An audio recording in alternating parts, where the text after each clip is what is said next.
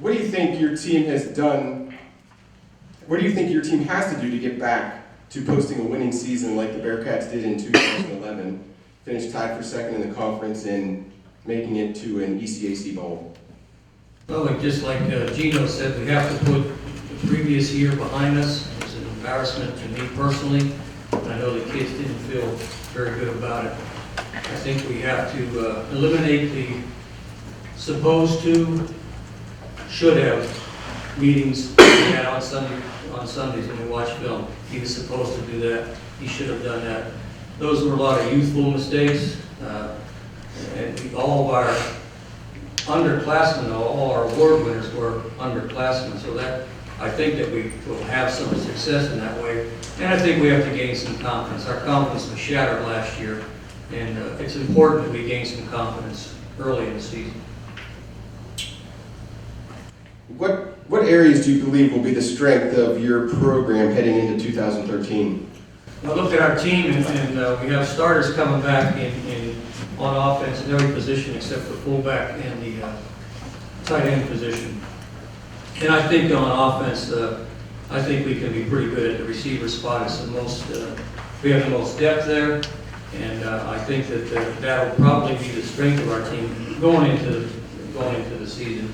We'll see how things develop. Matt Deakins and Andy Borgen both received a great deal of playing time at the quarterback spot last year. Do you think that one of them is ready to handle the duties full time, or do you believe St. Vincent is better served with a two-quarterback system? No, I prefer a one-quarterback system if we could get it. Each one of them has different abilities. One's a passer, one's more of a runner. Whatever one can improve his weaknesses will probably be the one that gets the most playing time. I prefer to stay away from a two-back or a two-quarterback offensive system. I know coaches don't like to talk about a single player or anything, so if you want to name a couple for this next question, player or players that might not be on everybody's radar going into this year, but someone that you think has a chance to break out and have a big season for St. Vincent. I think on offense we have a young receiver from Florida, Alex Charles. He developed as the season came along. Not a lot of people knew about him. And on defense, we moved a young man, a big, strong young man, Vince Del Peregrini, and he is going to be a defensive end for us. He's played offense for us. I think he's a big, strong kid. I think he could have a good year as a defensive end for us.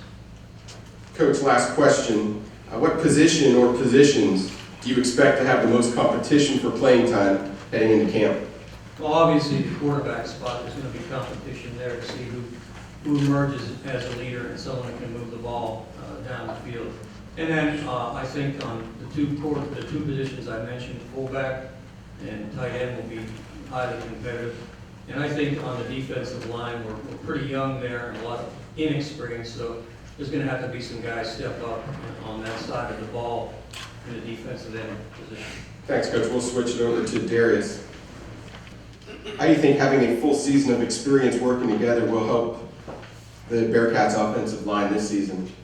It'll help us tremendously. Last season, we struggled together. It was a rough one, but it helped that we gelled us too. We got closer.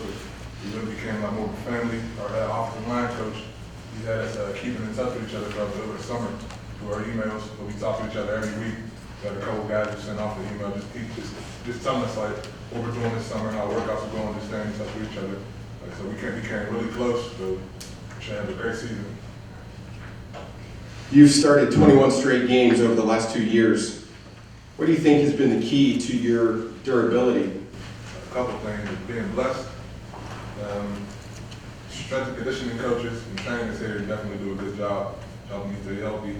And also, I've been playing football for it's my 6th year playing, so I guess my body's a little looser than a couple guys who've been playing for years all their lives. So. You've transformed yourself from not making any starts as a freshman to being a 2-time first-team All-PAC offensive lineman. How do you think you've been able to do that? Just listening to my coaches. Definitely my coaches. Like I said, I've been playing since my junior year of high school, and it's just been a learning process and been taking everything that they say and trying to use it to better myself. Players around me help me, push me through. The seniors who were there on the 2011 team, They all help me a great deal. And it's like I'm just getting better each and every day. It's never going to stop. It's getting better. Who have been some of your biggest influences throughout your playing career, both at St. Vincent and before your arrival in Latrobe? I would just say my coaches and players around me. I don't like having someone dependent on me. I mean, I don't want to let anyone down. So it's like I just want to work as hard as I can for them.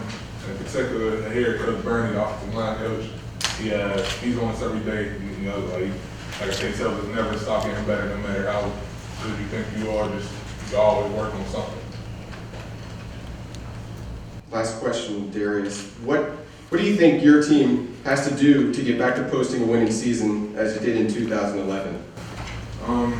We definitely, after this season, we took a big look at what our mistakes were and what we needed to improve.